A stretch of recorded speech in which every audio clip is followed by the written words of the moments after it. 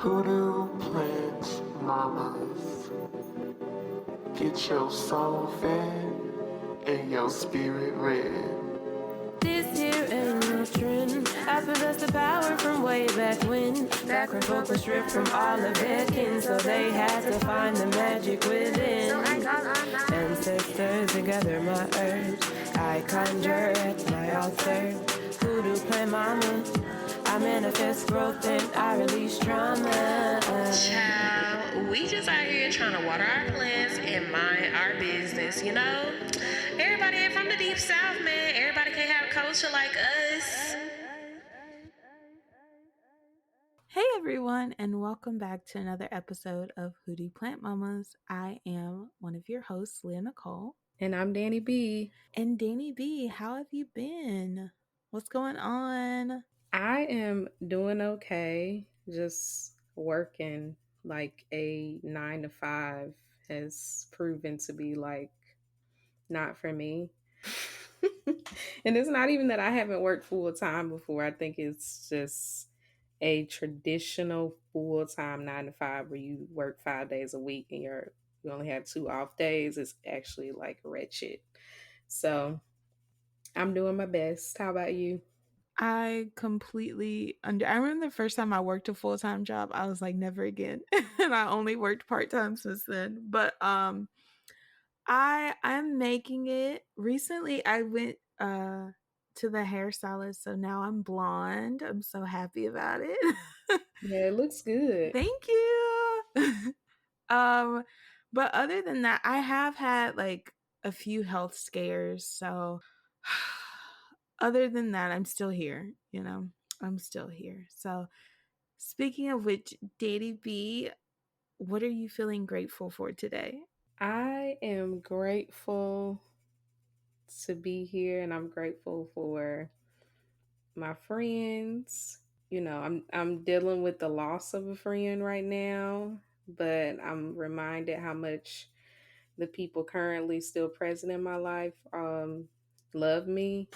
So that has been helping me. So I'm really thankful for that. I'm thankful that I have these people in my corner through the grief.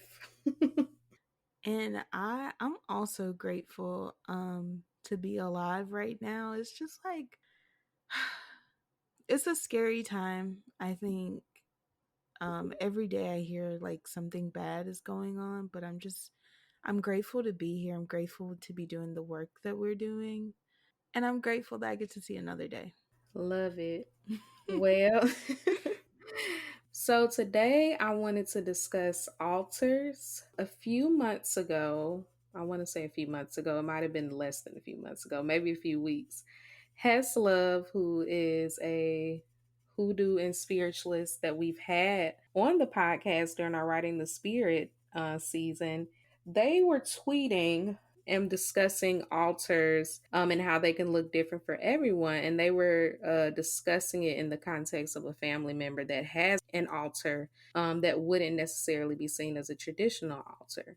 This tweet thread that I wanted to highlight that really inspired me to want to have this conversation was when they said, an ancestral altar is not always going to have pictures, water, and candles on it. An altar is a dedicated space with items set up in connection to something. The items are significant as they are things our departed either had, liked, or instructed us to get.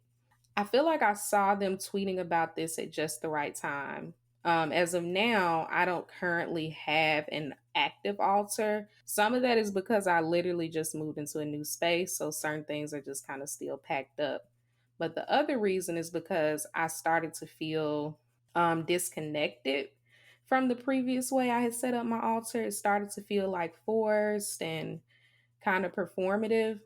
So before we get into that discussion of like thinking about alternative ways to have an altar, I really wanted to get back to that example they used. Can you think of like altars that your family members have had that they may not have called altars? I think that like the clearest example is probably like when someone dies and people set up little things at their gravesite.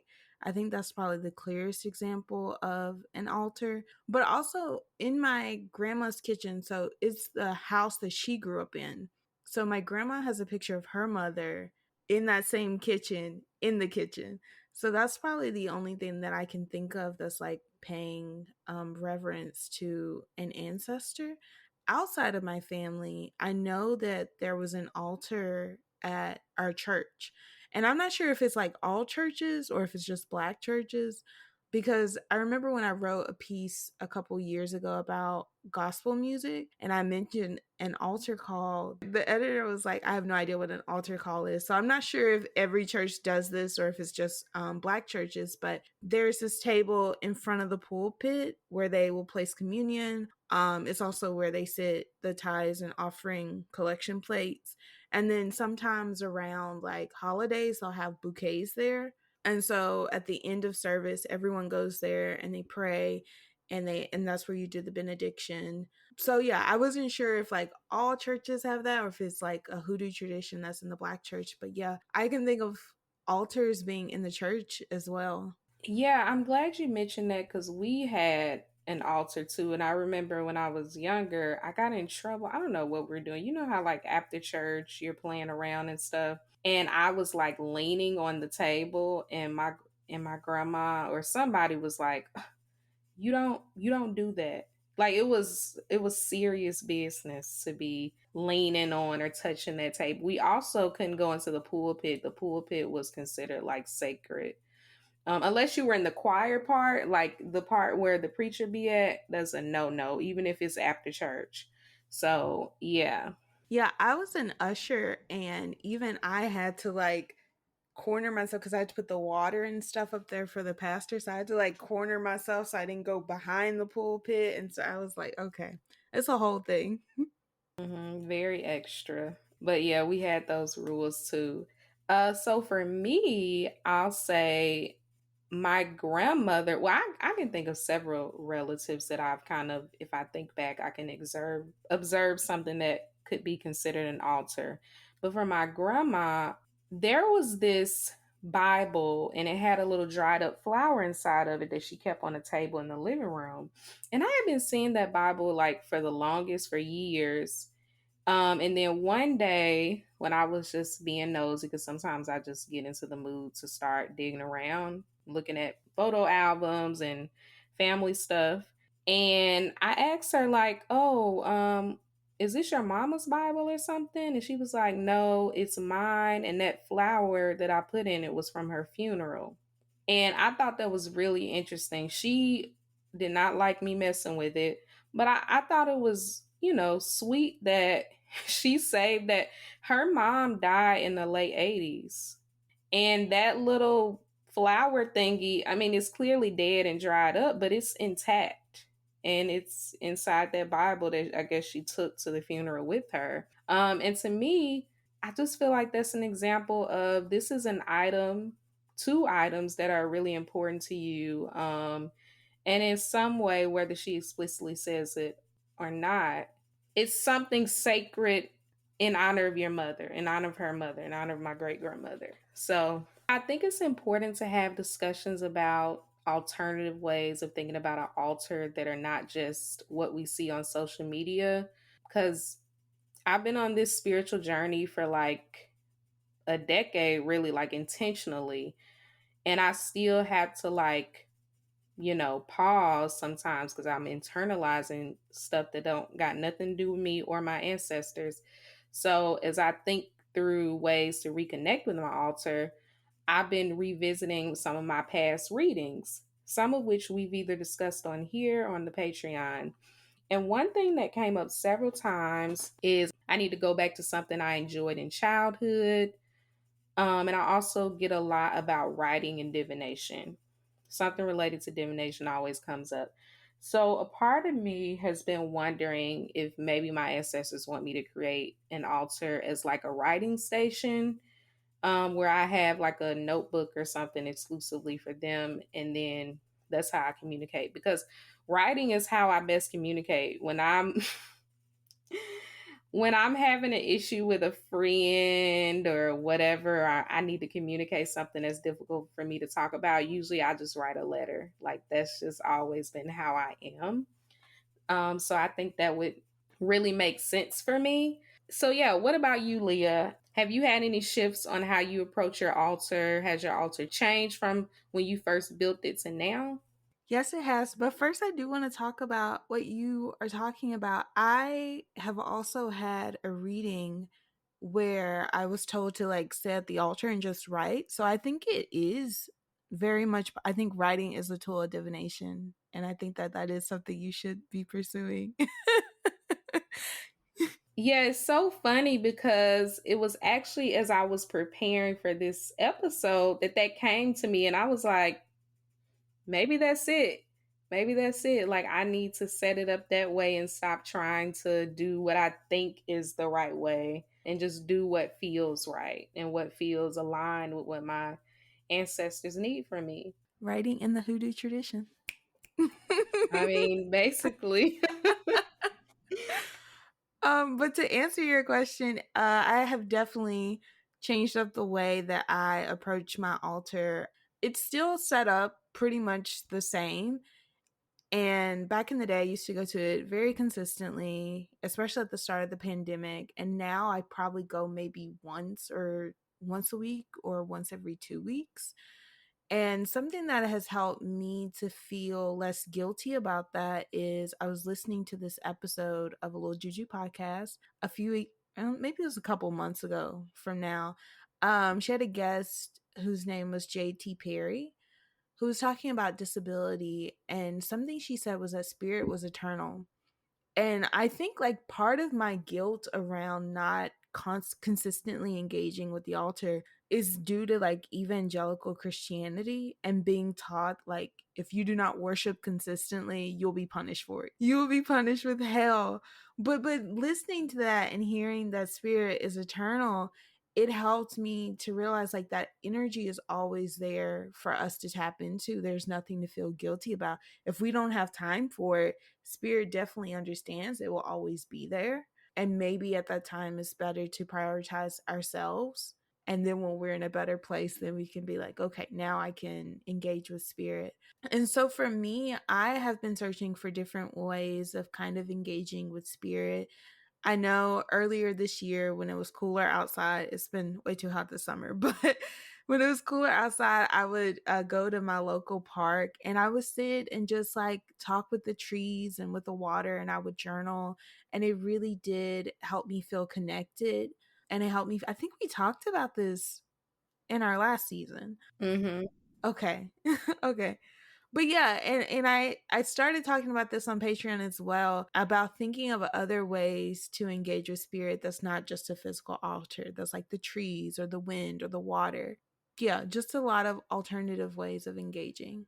Yeah, and I think in general, people forget that whatever your spiritual practice is, it's not always going to look like everybody else's. And I know some practices have rules and procedures and all of that, but I'm not necessarily talking about that. I'm talking about like the performance of it. So for instance, like we only see what people post, and I think that some people, whether it's intentional or not, they will have you to believe that suddenly life is just perfect once they get initiated or once they build their like elaborate altar.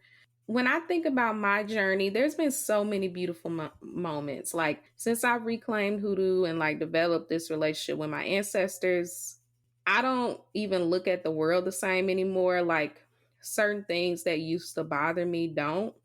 I talk about being scared of spirits and stuff, but also like I'm probably not gonna like I just don't think about spirits and ghosts or anything in the same way. I don't have the negative connotations with it anymore, although I do think that restless spirits exist.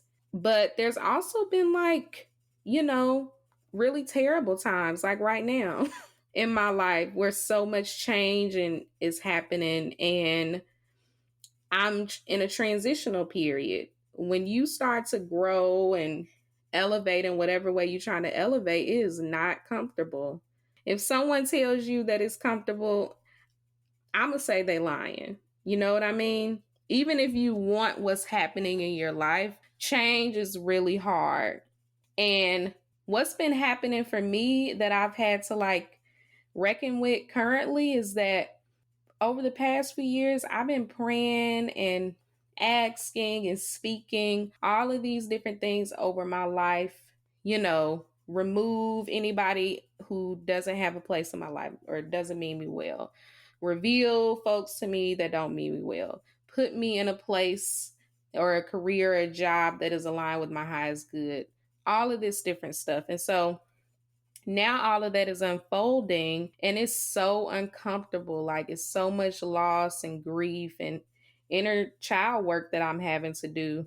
But that's the work. It's like it's beautiful, it's transformative, but it's also really fucking hard and it can make you feel like giving up. And so the whole thing with the altar and people being so black and white about it or making you feel like it is the step to like pure perfection and everything is good in spirit and my ancestors got me, like, yeah, your ancestors got you, but there's so much work that's required of you that you have to do, and you have to listen and stop listening to people on the internet who ain't got nothing to do with you, who are not a part of your lineage. So Leah, now that I don't finish my rant, what have you learned on your spiritual journey or hoodoo journey that no one really prepared you for or that like surprised you? I think a lot of what you just said, like I had to acknowledge a lot of uncomfortable things about myself, about my beliefs, about the ways that I was walking in the world. I actually saw this tweet recently that was calling out a bunch of spiritualists. It's kind of similar to what you were saying because they are like, oh, you know, I'm a spiritual person. All these people have wronged me. I'm going to lead them, blah, blah, blah. But this person was arguing like, if you were truly like on this spiritual path, you would know and you would acknowledge your own, the ways that you were involved in the way that things happen. You are not this perfect victim and who has had all these bad things happen to you. Sometimes you hurt other people and sometimes you were part of that harm. And that was something that I had to acknowledge. It wasn't like, oh my God, all these people are bad and I'm good and everyone who's done me wrong is a bad person. It was like, no, there were things that I overlooked. There were things that I participated in. There were ways that I harmed other people that I had to acknowledge, that I had to work through, that I'm still working through. I think something that I am learning recently is how often I was walking in bad faith. I was operating in bad faith. And what I mean by that is like, so often when I would think about something that wasn't, I'll say that wasn't Christianity, because that was pretty much what I was taught and what I grew up around. I always saw the worst in it. Something like hoodoo or voodoo, it was always like, oh, these people are only trying to cast spells on you. Something like astrology was like the worst things that can happen, like Mercury retrogrades and how people view those as universally bad, and they aren't. But it was always like these other types of beliefs can only be bad or harmful to me. It can never be good. And I think in this spiritual journey, it has been me acknowledging that yes, some negative things can come from being a hoodoo, but a lot of positive things can come from it too. A lot of healing can come from it too. Yes, astrology may like foreshadow something bad, but it can also be used for my good as well. And so it's acknowledging that while some things may not be the best for me, I can still use them for the good in my life. I wanted to follow up on what you were talking about with how we harm people, because I'm just thinking about some of my shadow work. And maybe this is not true for everybody, but let's start with how sometimes the shadow will literally come out of you and start controlling your life. The worst side of you coming out, where you are mistreating people or talking to people crazy or lashing out and being like not rational, projecting. that was me this past year, always assuming that somebody was, this person is out to get me, or these people don't like me, or this, that, and the other. And it's like, no, you don't like yourself. And that has been a part of my shadow work and my inner child work, is like, where the hell is this coming from? Like, what is the root of this? And why are you so distracted by it? That has been, that's the spiritual work. Like, that's the stuff that once it's like, okay, I've undone all of these problematic beliefs I have about ancestral veneration. I'm reclaiming all of these things from my lineage. We have a responsibility to ourselves and our lineage, and that's to heal. Like, and not in like a way where, oh, I'm completely healed. I'm saying this is like ongoing. We have so much work to do, and it is not fun all the time. Even this whole thing with the whole discussion about figuring out the best way, a way that is aligned with you and your needs and how you communicate, as far as your altar. I probably should have been writing directly to my ancestors. That has always been the way that I communicated when I really want to be vulnerable. It's really hard for me to be vulnerable. When I take that risk, it's usually in writing. And I think that has probably been a major block, because I'm sitting here and I don't know what to say, but I think I just don't know how to say it. So, yeah, you learn so much about yourself. There's so much undoing, there's so much grief. And again, it can be beautiful as much as it is like really fucking like not fun. So, yeah, did you have any other thoughts before we take a break? Yes, I definitely agree. And I think that's part of what I was saying when I was talking about walking in bad faith. It's just always assuming the worst of everybody around you and never assuming the best. And that's something that I've been trying to do more of. And I think a lot of it is because in the past, I saw everything as black and white. Like, I'm good, y'all are bad. Not so much seeing the nuance of like, no, I fucked up too. Both of us have fucked up. And now it's me recognizing that like nobody's gonna be perfect. I need to quit putting expectations on a lot of people's behaviors. Life is fucking hard right now for everybody. And just accept that the fantasy that I have of how my life is supposed to be, how everyone's supposed to act, and how we're all supposed to get along, it's just not going to happen. I can get the best that someone has and it's still not meet up to my fantasy, but that doesn't mean it's bad, you know? Yes, holding people to unrealistic and unfair expectations. I have been a perpetrator of that. And then when it happens to me, it's like, oh, so now you see. So yes, I completely relate to that. Well, I guess we could go ahead and take a break and then Yes. come back later.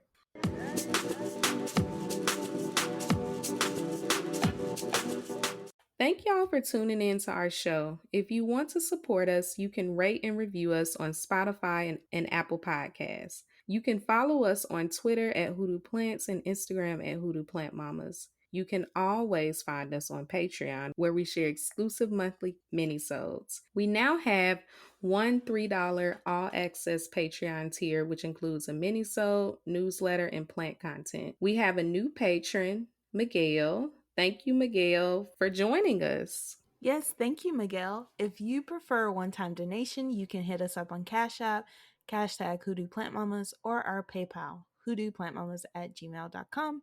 Let's get back to the show.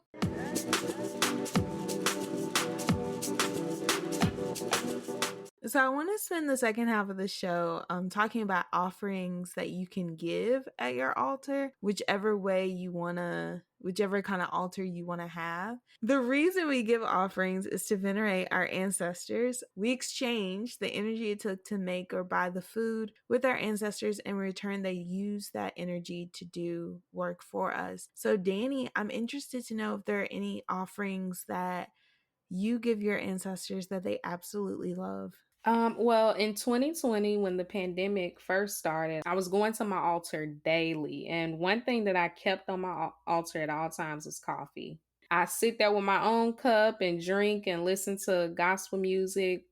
And then other offerings that I've given or been called to give have been like roses. There was this rose bush outside of the apartment I was living at the time that they literally they killed. I don't know why. But I would bring them roses in sometimes.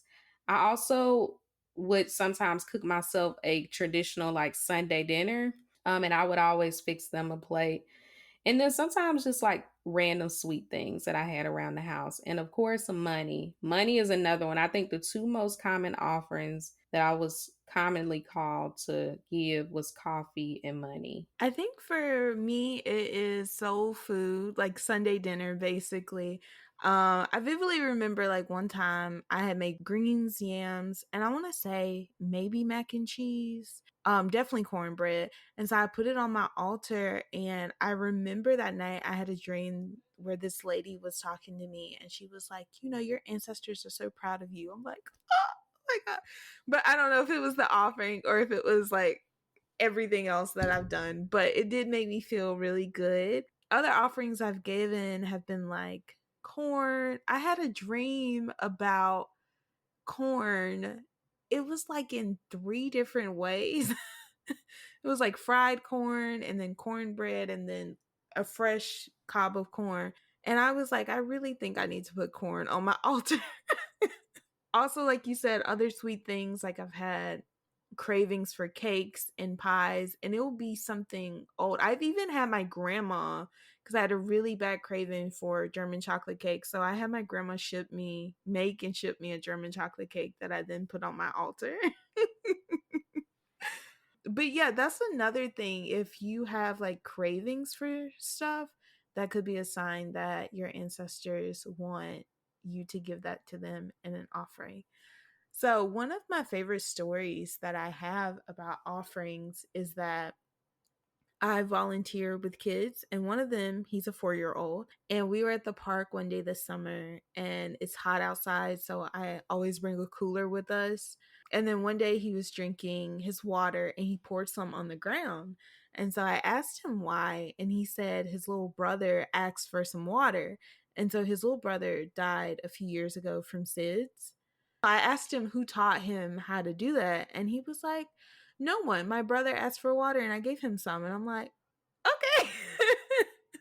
And it was just making me think like, wow, this little kid knows all about libations. He don't know what libations is. No one ever taught him, but he was just like, my brother asked me for some water, so I poured some water on the ground for my little brother. And it just really blew my mind, but it also kind of affirmed to me that the offerings we give aren't in vain. Like, these offerings are recognized and that it is a mutual exchange with our dead people. So, Not his brother hanging around still. yes. Oh my gosh, I bet he be making a mess at home and be getting in trouble because he pouring juice out and stuff or leaving cookies. I don't think he's pouring juice on the ground, like in the house. Maybe Okay. outside. Yeah. But that is so beautiful. I That's sweet. know. So I was wondering, have you ever had any experiences like that where you saw someone venerate the dead or give offerings to their ancestors out in the real world? I have a vague memory, and listen, I'm one of them people when they have the little Black Hood movie list where I probably seen like 90% of them. So I may be conflicting this with a fucking movie, but I feel like as a child, I witnessed folks leave things in the coffin at funerals. I feel like I went to at least one funeral. It was a younger person, where people left stuff in the coffin for them as they were walking around. But as I said before about this possibly being from a movie, but I don't think it's from a movie. I think that actually happened. But there are many examples in Black movies of people doing that, pouring liquor out for the dead. I don't know if you've seen the movies where the homie dies and whatever, and they put leaving a gun on them in the casket or throwing it into the onto the grave. Even like in general, like street corner altars, which I I've talked about in the first episode, actually, our first episode of the entire podcast. People have been making those kind of altars for I don't know how long, for as long as I've been alive. I guess another example I can think of related to my family is my grandma would randomly mention, "Oh, I need to go put some fresh flowers on mama's grave," or "I need to do this." And sometimes my cousins would even do that, like on her birthday, on my great grandma's birthday, they would go take her flowers and leave stuff on her grave. To me, that is the same thing. That is the same thing. So I think not even just black people, but we talking about black people venerating ancestors, creating altars, like that's just always been a thing for us culturally. People don't like calling it that, right? People don't like calling, that table in your auntie's house where all of the mostly dead relatives, pictures of them are just sitting on, or some old antique stuff, just random stuff. I had a aunt, she kept jewelry all over her dresser, like jewelry and perfume. I don't know. When I think back on it, that feels like it was an altar because you was not allowed to go on her dresser, okay, unless you wanted to get slapped. So yeah, I just think culturally this is just us. Like it's in our bones, it's in our blood, you know what I mean? So yeah. I love that you brought up street corner altars because it reminded me of the altars that people have on the highways.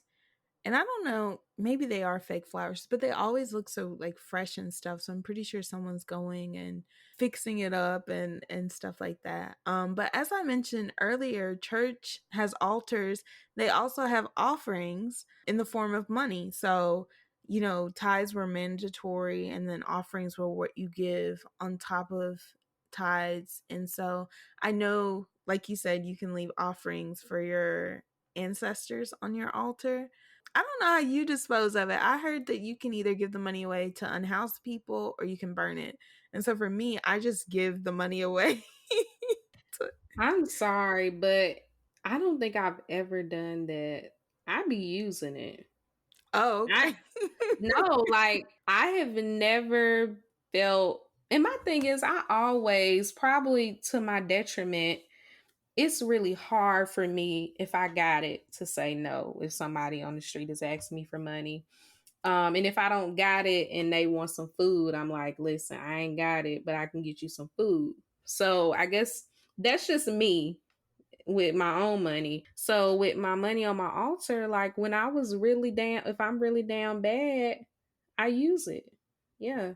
It's almost like a safety net, but I always, would replenish or something, or, I kept some form of money, coins, dollars, that kind of thing on my altar. But the dollars that was on there, I mean, the altar isn't set up anymore. It's packed up right now, but all them dollars gone. Yeah. They knew I needed it.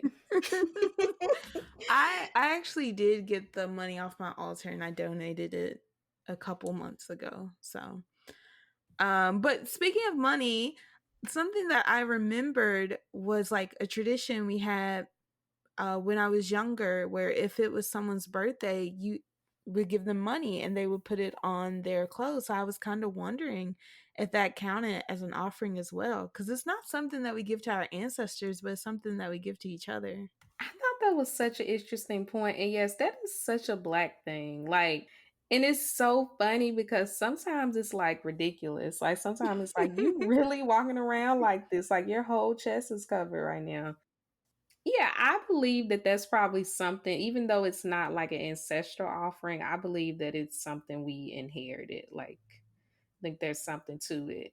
I saw this video where this girl was taking her graduation pictures, and this other black woman who didn't know her just came up and handed her a 20 for graduating. Yeah. Graduating, especially from high school. Man, I think she was like a college graduate. oh, well, Yeah. high school graduate, I got so much money. I think I got a nice chunk of money when I graduated college too. Yeah, no, I'm sure there's somebody who's written about this, or there's some video we don't know about where people talking about the origins of penning money to your to your clothes. But yeah, no, I really love that. I think that is definitely some stuff that just got passed down. And it's probably something to it. It's probably some juju to it or something like keeping that money, stick the money to you so it could stay like glue or some shit.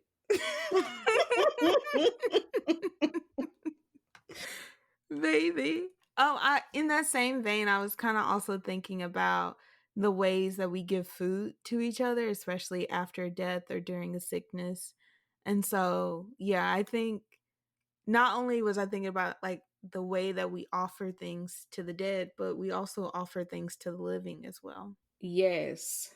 Somebody died, like I'll never forget one of my family members had talked about like how she didn't have to cook for like weeks. People just kept bringing food. Somebody had died. Also, when I was sick after I got my surgery, people brought me food to my house. So, yeah, I definitely agree with that.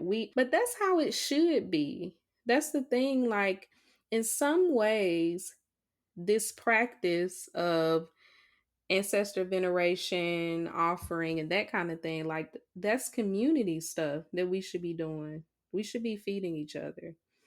We should be giving each other what we need, what they need, clothes and housing and all of that.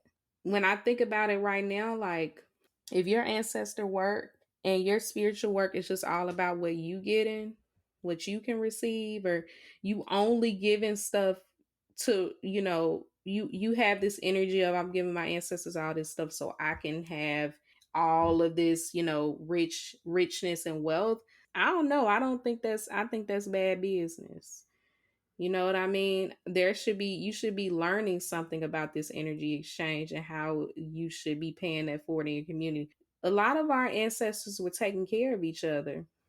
So many women in my family, in the couple of generations ahead of me, they took care of some of everybody kids. I didn't find out until I was an adult that half the people that I be thinking my cousins or that are my cousins, but apparently the person that raised them ain't their mama. It's actually like an aunt or just some lady that was their next door neighbor. That's something that we inherited. And if that's not something that you come to during your spiritual practice, I don't know what to tell you. We ain't gonna get free until we start taking care of each other. I guess towards the end, what I was really getting into was this idea of community offerings and what can we offer each other while we're all still alive. And I do love your point about the work that we should do for the altar should not only serve us, but it should serve other people as well.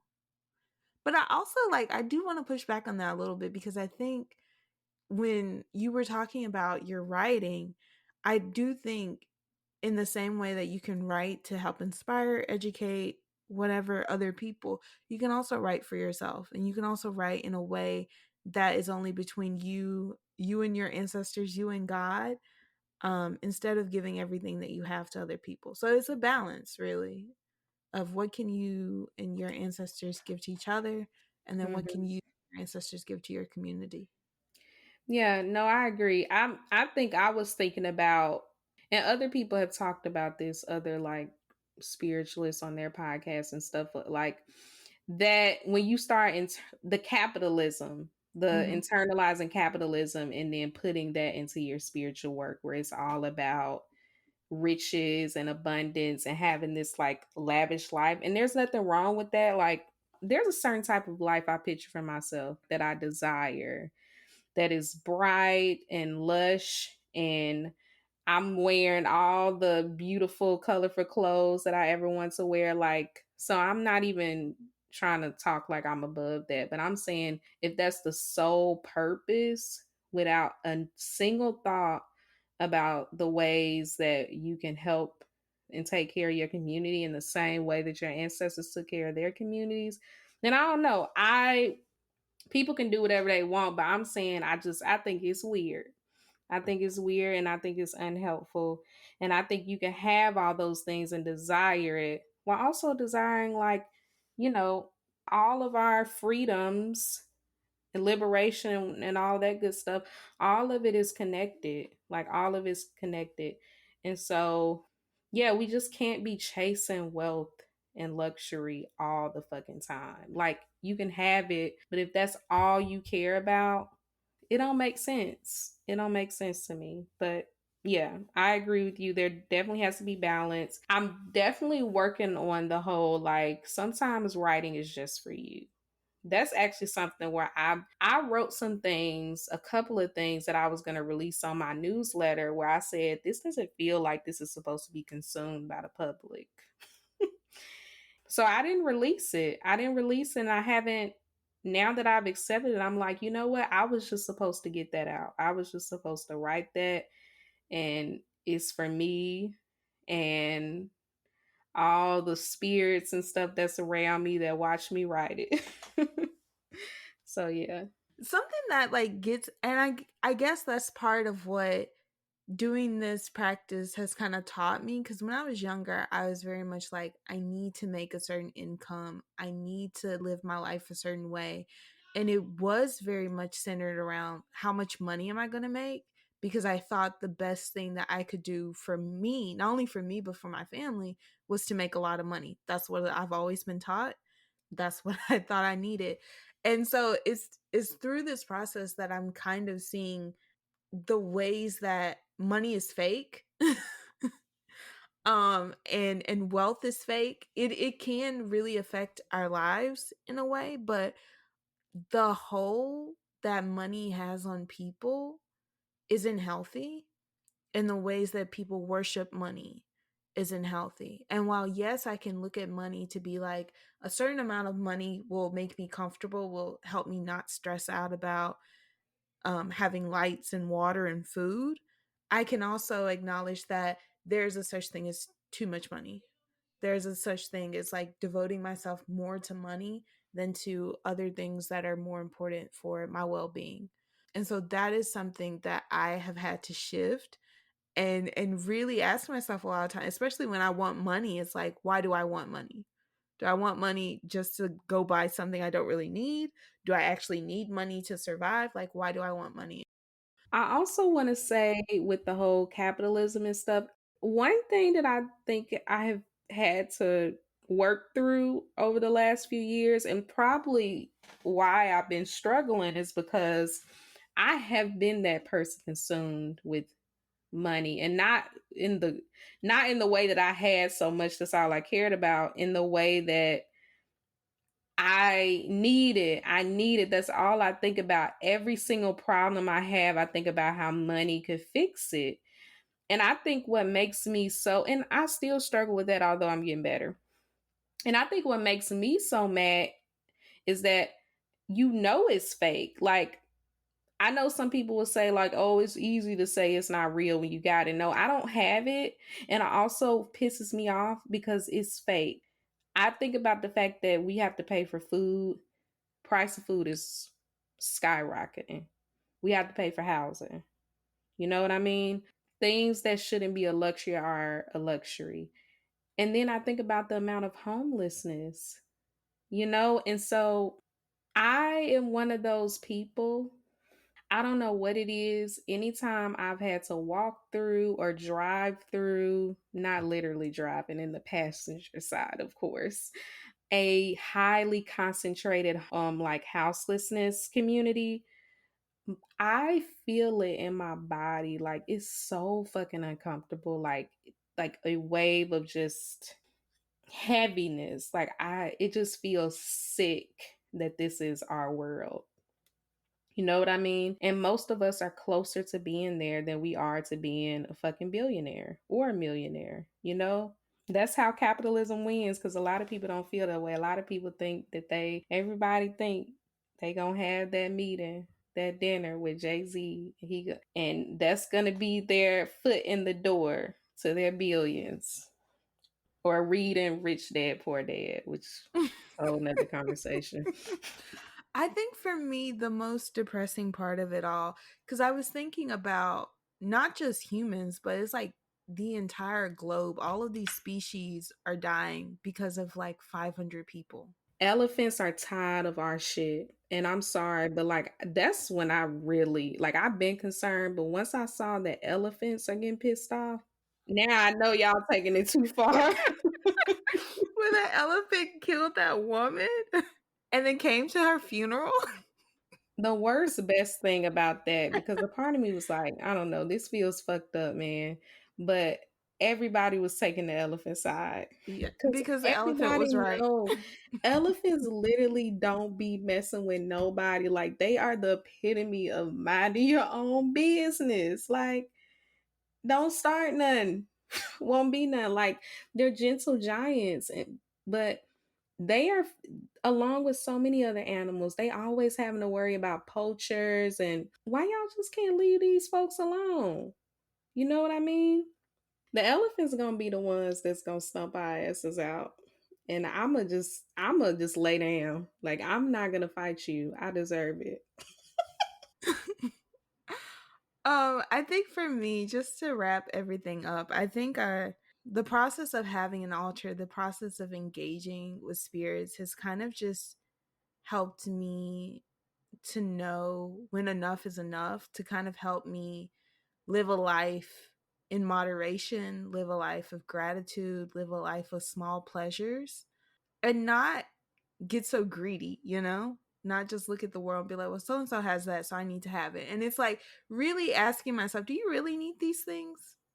Do you really want to be this type of person? Do you really want to do these things? And just trying to carve out what's the best life for me and live in a way that is intentional, that is honorable, and that I make the best use of every day that I have on this earth. Amen. My last thing is I know the feds got us on the main line. Cause one thing about us, we gonna fucking talk about capitalism and we gonna say get rid of it. Like, and almost every episode it comes up, it's to the point where I know they listen. They like, I'm just waiting. I'm just waiting for them to slip up. They gonna say the wrong thing one of these days. We ain't gonna stop. So y'all keep listening. I'm talking to the feds right now, but y'all also keep listening. Thanks for being here. If you like this episode, you can like, rate, and review Hoodoo Plant Mamas on Spotify and Apple Podcasts. Wiley Gishi left the review and said, I'm loving listening to these two insightful spiritual women. They're rich in wisdom. Thank you. I heard that. Thank you, Wiley. If anything from this show resonated with you, make sure to share it with us on social media. You can find us on Twitter at Hoodoo Plants and Instagram at Hoodoo Plant Mamas. Stay tuned for our next episode, y'all. Bye. Bye.